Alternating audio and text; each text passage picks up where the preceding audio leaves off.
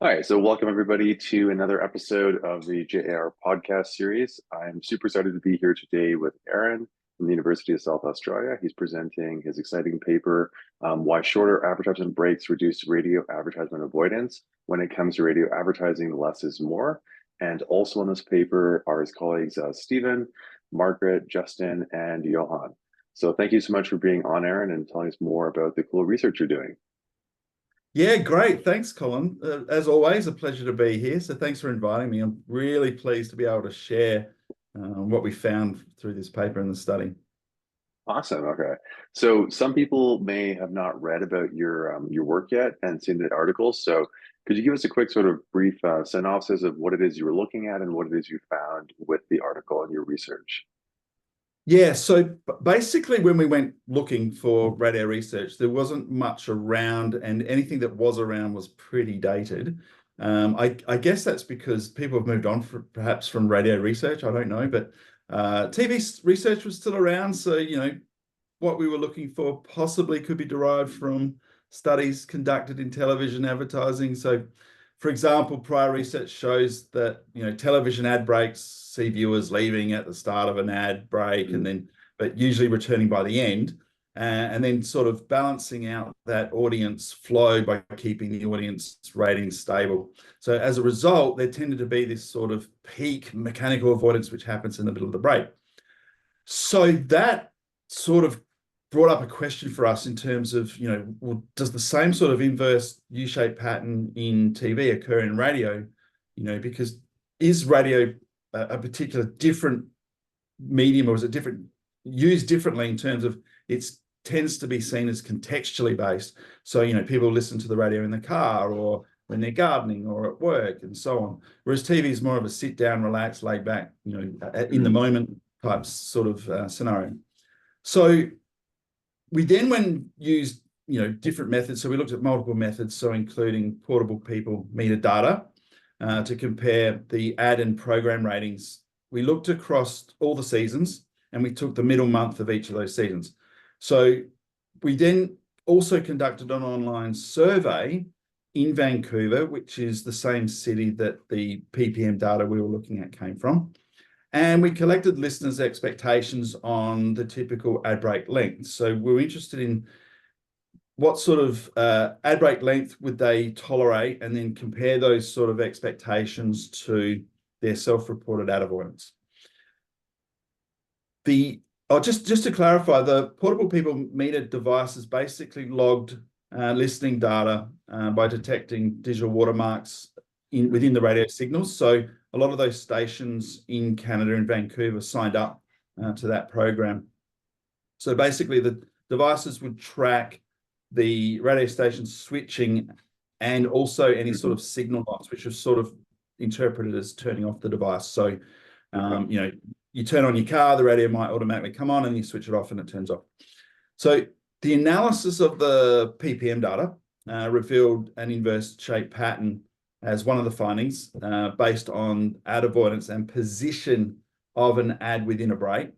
But also it appeared the same, so the same pattern appeared between ad avoidance and ad break length. So we measured the ad break length by number of ad units, particularly because we found that most people understood an ad break by the number of ad spots within an ad break rather than obviously minutes or anything like that. Right. Yeah.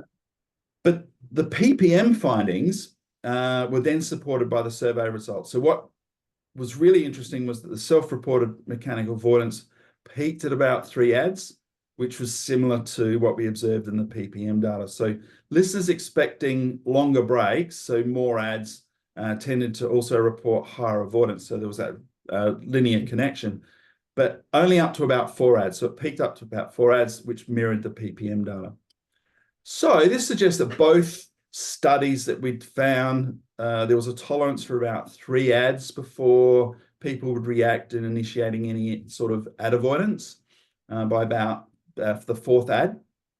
So then we found there was a decline in subsequent avoidance, which was interesting. So, after that 4th ad, there was subsequent lower and lower avoidance, which perhaps reflected in the general audience that was either content interested in listening to content and content with staying within the ad. And also maybe there was some other things we couldn't measure, like cognitive avoidance. And so it also could be that the audience may have started to increase as listeners started to switch back into or from other stations, leading to a higher ad break rating. So this would then obviously exaggerate that inverse U-shaped pattern towards the end of the ad break. Okay, yeah. So people are beginning to come back to the station expecting the music or the other content to be returning and the ads to be ending. Yeah, so we assume that people might be, I know I do this, so in the car, I will switch ads at ad breaks and then sort of circle around, do sort of like I do the same thing.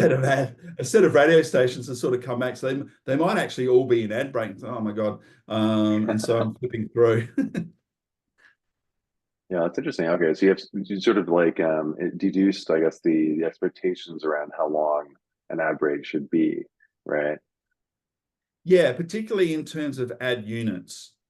And so, thinking about, if a radio station's got larger ad breaks, then perhaps they might be better breaking them up into smaller units.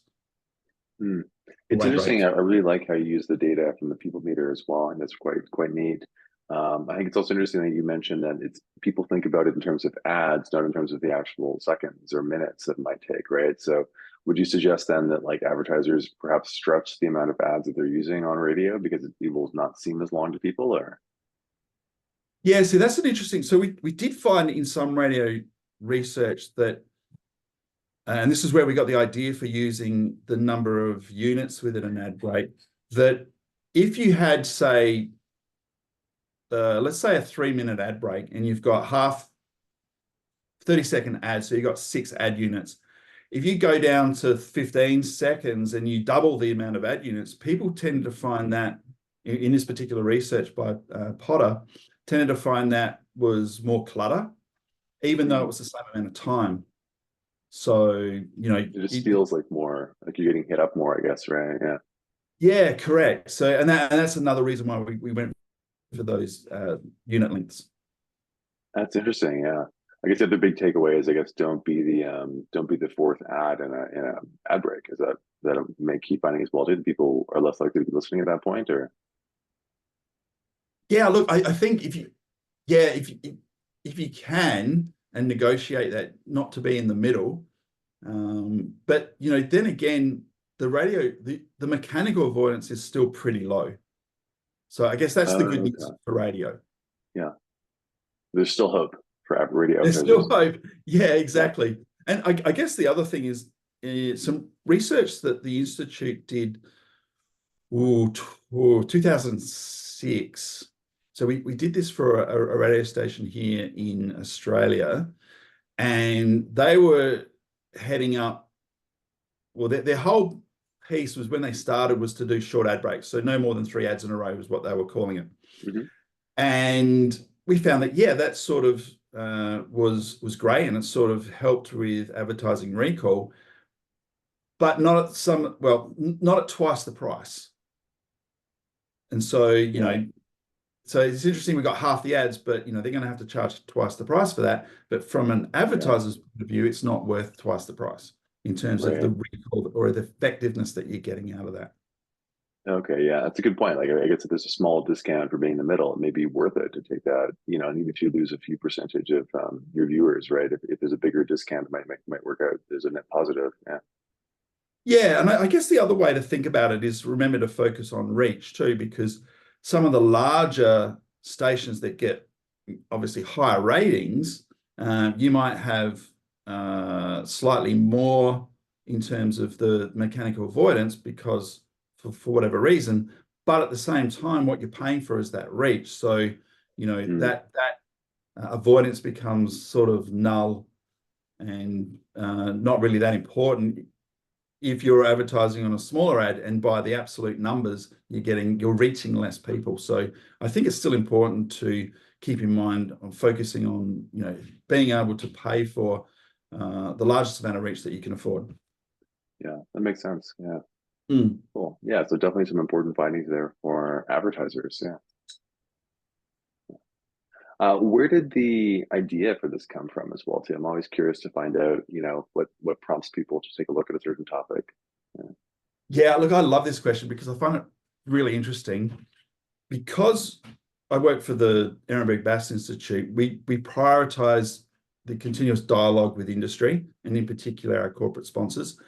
So we were also wanting to identify research questions and tangible impact. So we're constantly talking to them, what's important to you? What is it you're looking for? And as marketing scientists, we're driven to develop solutions for obviously common industry challenges.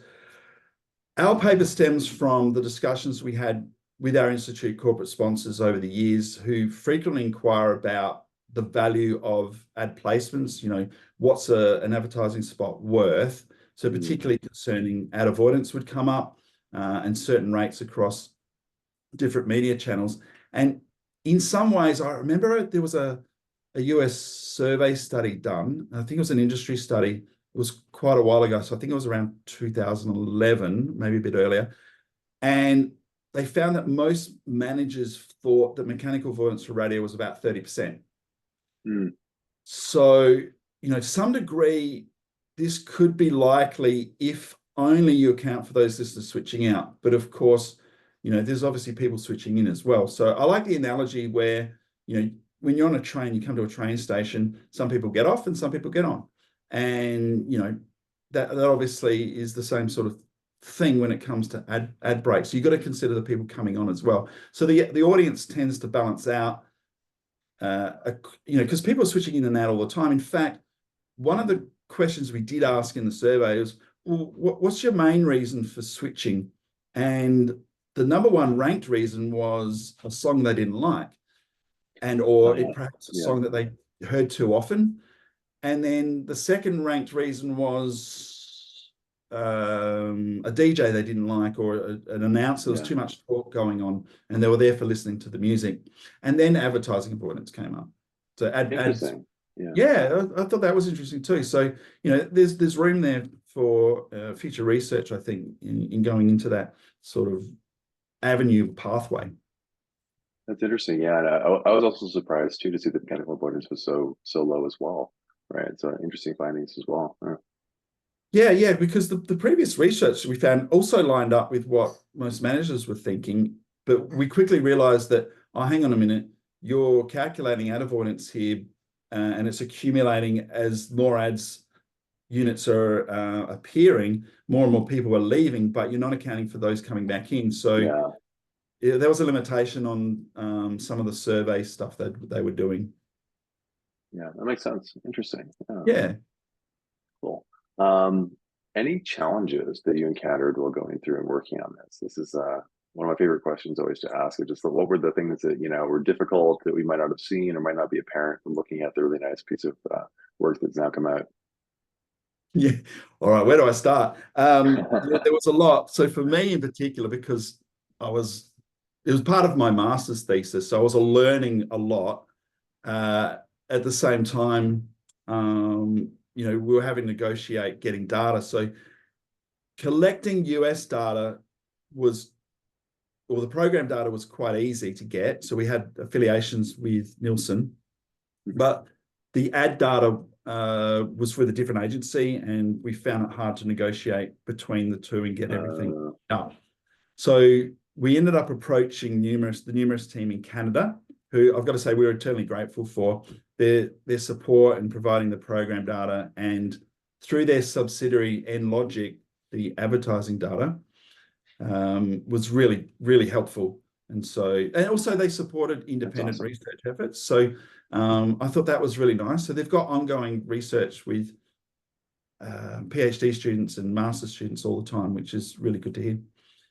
That's very cool. Yeah. Yeah. So I was really pleased because at some point I thought, oh my God, we almost were going to switch topic because we weren't able to get the data. Right. But in the 11th hour, it came through and we went, oh my God, this is great. But merging the data, now that was different.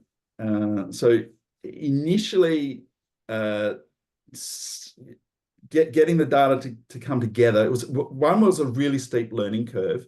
So for those who are perhaps new researchers, everything's a steep learning curve, and Very it true. required, yeah, it required complex Excel formulas to sort of nut out and wrangle the data. Well, they were complex to me at the time, so everything was complex for me at the I'm time. sure they were complex, but yeah. But it's definitely harder the first time too, right? Yeah. Yeah, exactly. And look, if you asked me to do it again, it would probably be just as hard because I'd have to go not quite through the same sort of learning curve, but initially probably some relearning would have to go on because I haven't done it for a while. Oh, it's Uh, same for so any stats technique. If you don't do it for a while, right? That's what I find. But yeah. yeah, absolutely. I'm working on a project at the moment where it's been like 3 months and I had to re-wrangle some data because there was a corrupt file. And I thought, hang on a minute, I had to go step by step through the R code just to make sure I understood what was going on. And so, yeah, it takes a little bit of time to get back into it. And I think that's a good reason, though, for initially doing things manually. So step by step, checking the data, making sure things line up. Although very time consuming, for me anyway, I tended to find that would allow me for when errors would come back and I could go back through the steps and go, oh, okay, I understand where that came from. Rather than just sort of punching things out and getting an end result, going, hang on, what does that 30 mean? What does that value mean? I don't understand. Yeah. Particularly if you get asked a question like, hang on, that doesn't line up. Why? At least I can work back through the steps. So what we then tended to do after that stage was then look at using recorded macros in Excel, which, Okay. Yeah. yeah, super easy to learn. So although the downside was it took a long time to process and also carried the risk of maxing out my RAM and then crashing the system. Okay. Yeah. Yeah. So always pushing that angle on big data. The other problem was when you got to the pointy end and you may have had some calculation errors, so some human error in making a calculation or something wasn't lining up across all of the data points. We had to then repeat the process, which then further slowed us down. And of course, a lot of late nights came out of that. So now my preference is to use R. So that was even a bigger learning curve. But at the same time, once you've got it coded, fixing any errors and all that type of thing, and the reprocessing is a lot faster. So I guess my takeaway would be to really diversify your skills in coding and not just focusing on one piece of software, but sort of take an approach where you're spreading yourself across software. And it's, at times I find I tend to go in deep on it and then come back out. And there's some things that work well in Excel and some things that work in R and faster doing R and so on. So, once you get to know the software, you got more flexibility in your wrangling and your analysis. Oh, that makes sense. That's good advice. Yeah. Yeah. Cool. And then finally, just round us out, like where to next, right? Where do you think the next areas are? Should people keep working in this area? I'm sure the answer is yes, but like where might be some fruitful areas to take a look at next? Well, yeah, look, that's a good point. I get a lot of glazed eyes when I say I've done research on radio, and people go, what? Yeah, radio, it's still a good reach It's huge. medium. There's still, It's yeah, it's very huge. effective, very cost effective. Lots of people listen to it. Yeah. Yeah, correct. And, particularly in the car, most people that I talk to listen to it in the car. And, great for small business. So you think your plumber, your carpenters, electricians, those type of things, small brands that are starting out, you can get huge reach. Of course, it's not a visual medium. So, you've got to take the features of the medium into consideration. But at the same time, it's getting your brand name out there and at least a tagline or a slogan, and building up, a distinctive asset in that realm. The other thing I'll say is, when I'm doing guest speaking roles in media for university students, I'll generally ask them, do you listen to the radio? And of course, all of them say no. And then I'll ask them, okay, can you name for me any radio stations? And of course, they all know the radio stations.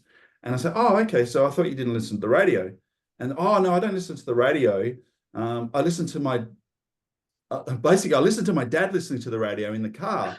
We go, oh, okay, right. So, so the the reach is there, and it's surprising how many people actually listen to the radio who think they don't listen to the radio.